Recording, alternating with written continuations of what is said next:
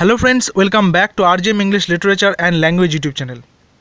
আমাদের এই ইউটিউব চ্যানেলে বিগত কিছু সময় ধরে আমরা এসএলএসটি ইংলিশের টপিক ওয়াইজ এমসিকিউ, এসএকিউ এবং লাইন বাই লাইন অ্যানালাইসিস প্রত্যেকটি টপিকে কিন্তু পুঙ্খানুপুঙ্খভাবে আমরা বিশ্লেষণ করেছি। ঠিক আছে, সেই কারণে আমরা যেহেতু 9-10-এর সিলেবাস আমাদের অলরেডি কমপ্লিট হয়ে গেছে আমাদের চ্যানেলে, সেই কারণে আমরা একটি মক টেস্ট সিরিজের আয়োজন করেছি, যার ফোর্থ সেট আমি আজকে তোমাদের সামনে তুলে ধরছি। ঠিক আছে, 50টা সেট করার কথা রয়েছে, তার মধ্যে আজকে 4 নম্বর সেটটা তুলে ধরছি। এখানে কোনো পার্টিকুলার টপিক থেকে প্রশ্ন করা হয়নি, প্রশ্ন কিন্তু মিক্সড রয়েছে, এমসিকিউ রয়েছে এখানে প্রত্যেকটি কোয়েশ্চেনই।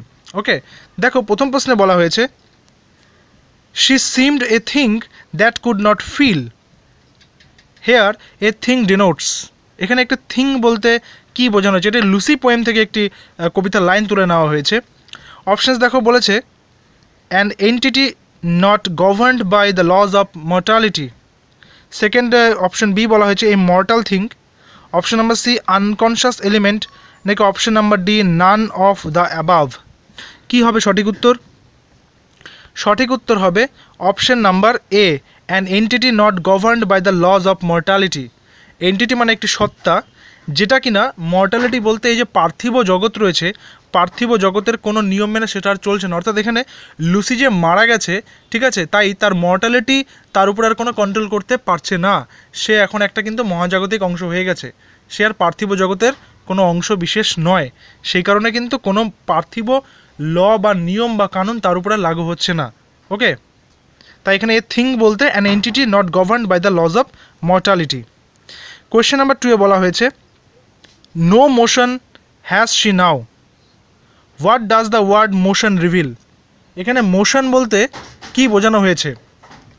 অপশানস দেখো, no movement of the body of Lucy, Lucy is still sitting still, no palpitation of Lucy's heart, both A and C. এখানে দেখো বলছে no motion has she now, অর্থাৎ লুসি যেহেতু মারা গেছে, সে আর বেঁচে নেই। ঠিক আছে, সেই কারণে এখানে অ্যান্সার হবে option number A, no movement of the body of Lucy, এবং option number C, no palpitation of Lucy's heart, অর্থাৎ তার হার্টের যে স্পন্দন সেটা কিন্তু আর হচ্ছে না। অর্থাৎ এ আর সি দুটা কিন্তু অ্যান্সার, তাই এখানে সঠিক উত্তর হলো অপশন নাম্বার ডি। ঠিক আছে, এ অ্যান্ড সি। চলে আসি কোয়েশ্চেন নাম্বার 3-এ। বলেছে did I know till then, what did Wordsworth not know till then. ঠিক আছে, ওয়ার্ডসওয়ার্থ কোন ব্যাপারটা অনুভব করতে পারেননি বা কোন ব্যাপারটা বুঝতে পারেননি? অপশানস দেখো, his love for country England, তার ইংল্যান্ডের জন্য ভালোবাসা। হিজ লাভ ফর লুসি, তার লুসির প্রতি ভালোবাসা। বোথ এ অ্যান্ড বি, অর্থাৎ ইংল্যান্ডের প্রতি ভালোবাসা এবং লুসির প্রতি ভালোবাসা। অনলি বি, নাকি লুসির প্রতি তার ভালোবাসা। সঠিক উত্তর কী হবে? সঠিক উত্তর হবে এখানে option number C, both England and Lucy.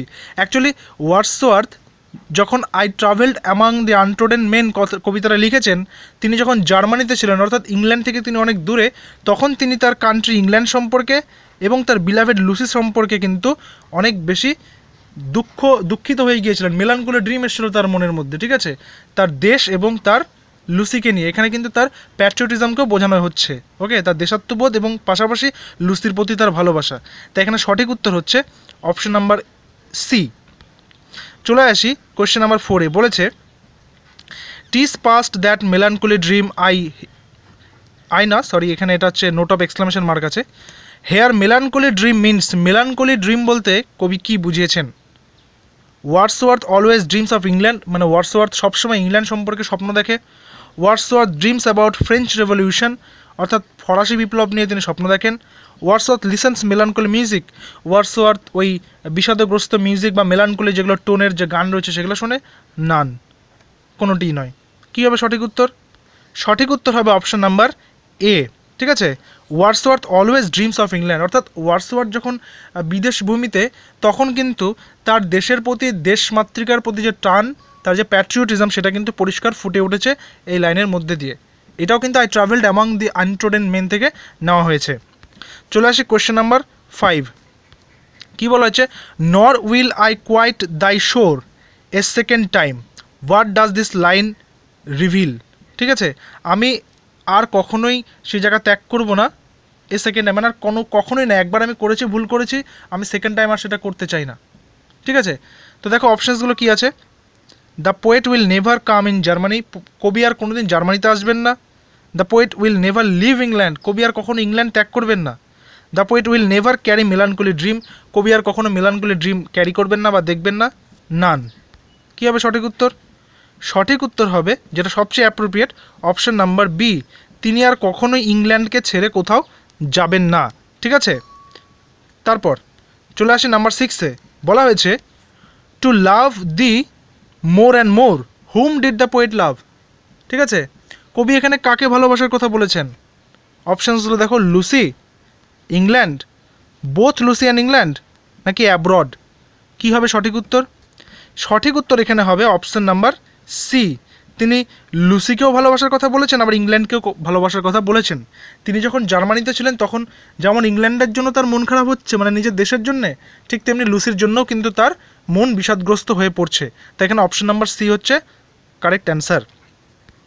তারপর চলেছে number 7, a slumber did my spirit seal, এটা লুসি পোয়েম সিরিজের একটি কবিতা। A slumber did my spirit seal, what is the meaning of slumber? Slumber কথার অর্থ কি? Temporary suspense of consciousness, drowsiness, premature death, light sleep. অর্থাৎ আংশিক সময়ের জন্য আনকনশাস হয়ে যাওয়া, ঝিমঝিম ভাব, অকাল মৃত্যু, নাকি হালকা ঘুম। এখানে সঠিক উত্তর হবে অপশন নাম্বার এ, এটা বেশি অ্যাপ্রোপ্রিয়েট, কিন্তু অপশন নাম্বার ডিটাও কিন্তু সঠিক উত্তর। অর্থাৎ এখানে অপশন নাম্বার এটা বেশি অ্যাপ্রোপ্রিয়েট এবং অপশন নাম্বার ডিটাও কিন্তু এখানকার সঠিক উত্তর। দেখতে হবে প্রশ্নটা যখন আসছে তখন কোন অপশনটা রয়েছে। দুটো অপশন আশা করি একসাথে দেবে না, ঠিক আছে?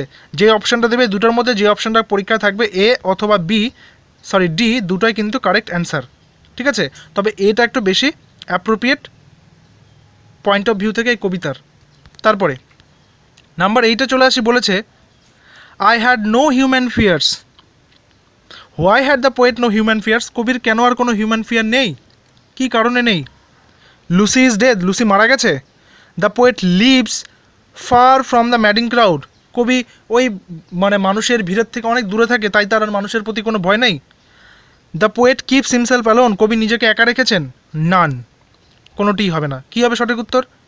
সঠিক উত্তর হবে option number A, Lucy is dead. Lucy যেহেতু মারা গেছে তাই কবির আর কোনো হিউম্যান ফিয়ার নেই, কারণ যতদিন লুসি বেঁচে ছিল কবি লুসিকে নিয়ে খুব চিন্তিত ছিলেন, তার কমফোর্ট নিয়ে, তার থাকা নিয়ে অনেক বেশি কনসাস, অনেক বেশি চিন্তিত ছিলেন। কিন্তু যেহেতু লুসি মারা গেছে তাই কবির কিন্তু আর কোনো দুশ্চিন্তা নেই, আর কোনো ভয় নেই, কারণ লুসি তো আর বেঁচে নেই, লুসি তো মারা গেছে। সেই কারণে কবির আর কোনো দুশ্চিন্তা নেই, কোনো ভয় নেই। তারপরে নাম্বার 9-এ বলা হয়েছে spring of Dove. Dove is a river in, Dove হচ্ছে একটা নদী, কোথাকার নদী এটা? Yorkshire, Derbyshire, Hamilton, Wellington. কী হবে সঠিক উত্তর? সঠিক উত্তর হবে অপশন নাম্বার বি, ঠিক আছে?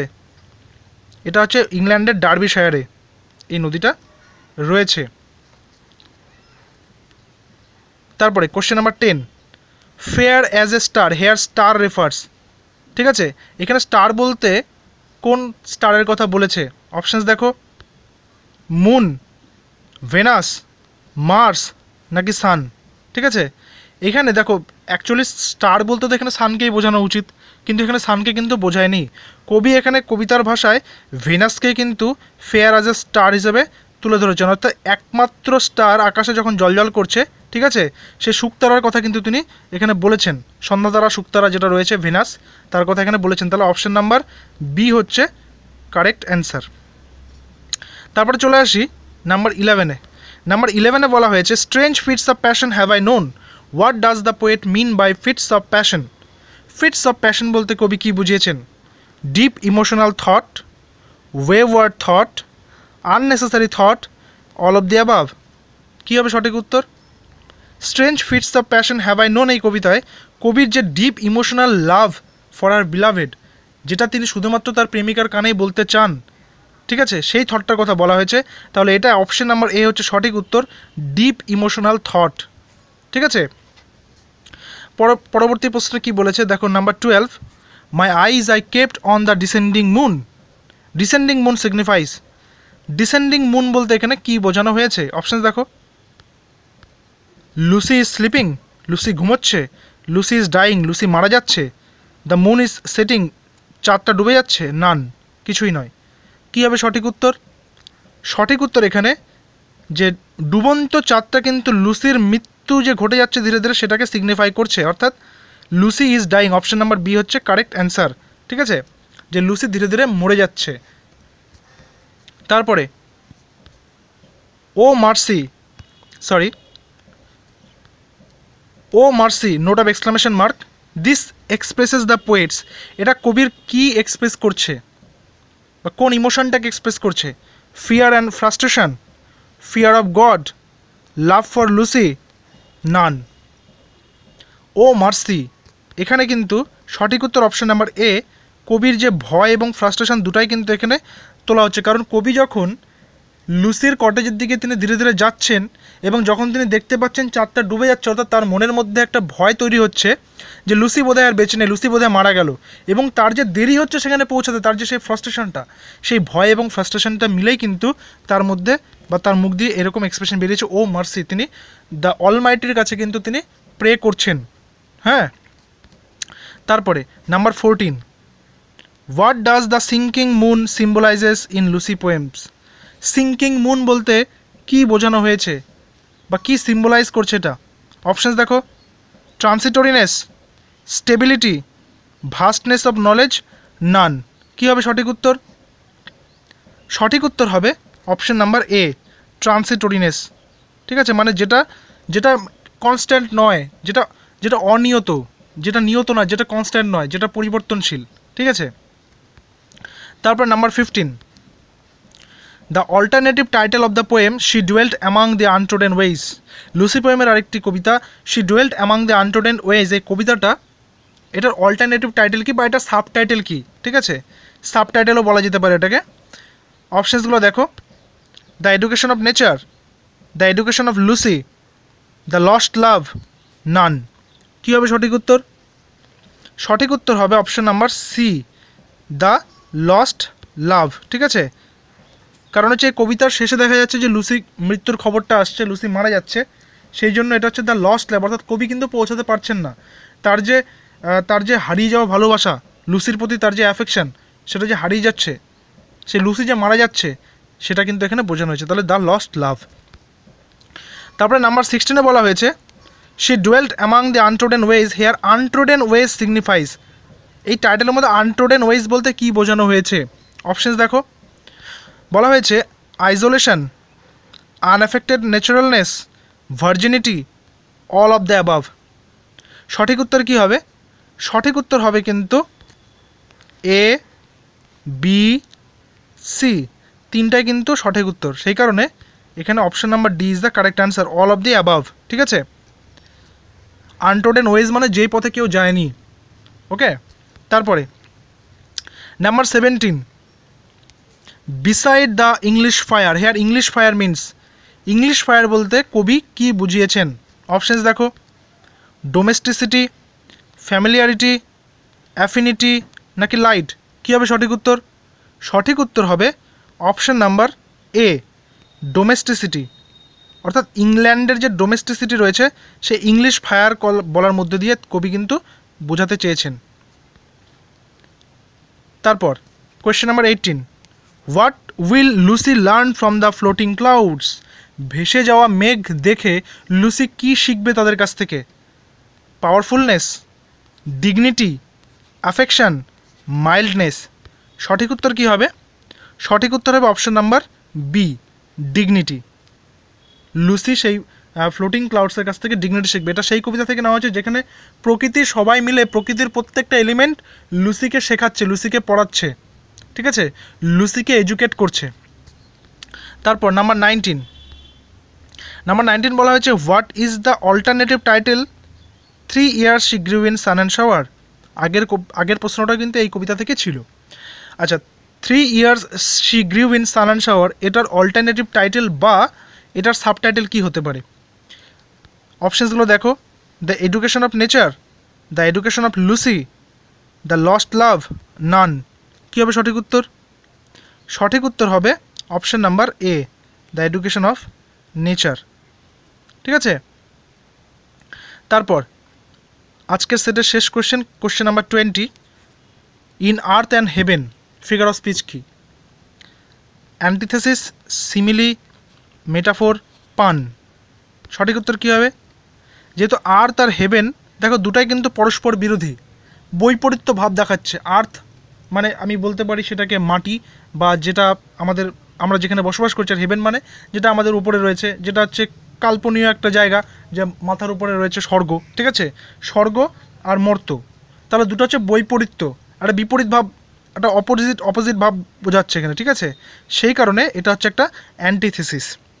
সিমিলি নয়, কারণ সিমিলিতে এখানে কম্প্যারিজন বোঝাবে, মেটাফোরও তাই বোঝাবে, পানটা তো অনেকটা সেরকমই বোঝাবে। ঠিক আছে, তো সেই কারণে আর্থ অ্যান্ড হেভেন হচ্ছে এখানে অ্যান্টিথেসিস, অপশন নাম্বার এ। তো আজকে শুধুমাত্র লুসি পোয়েম সিরিজের যে 5টা কবিতা আছে সেখান থেকে বাছাই করে কিছু প্রশ্নের সেটটা করেছি।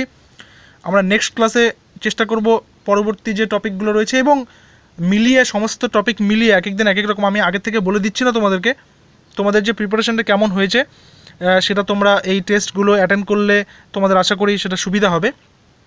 দেখা হচ্ছে পরবর্তী ভিডিওতে। প্রতিদিন আমাদের এই ক্লাসেসগুলো সন্ধ্যা 7টা থেকে কিন্তু হচ্ছে, তোমরা চাইলে আমাদের সঙ্গে যুক্ত হতে পারো। সাবস্ক্রাইব করে বেলটা প্রেস করে রাখলে টাইম মতো তোমরা নোটিফিকেশন পেয়ে যাবে। এবং যারা টেটের জন্য প্রিপারেশন নিচ্ছ বললে ভুল হবে, কারণ প্রিপারেশন নিতেই হবে, কারণ টেট কোয়ালিফাই না করলে কিন্তু সাবজেক্টের খাতা বা ল্যাঙ্গুয়েজের খাতা দেখা হবে না, গ্যাজেটে পরিষ্কার লেখা আছে। টেট কম্পালসারি করে দেওয়া হয়েছে। আমরা টেটের ক্লাস প্রতিদিন বেলা 12টা থেকে নিচ্ছি, সেই ক্লাসও তোমরা চাইলে অ্যাটেন্ড করতে পারো। দেখা হচ্ছে পরবর্তী ভিডিওতে। Till then stay connected with RGM English literature and language. Thank you.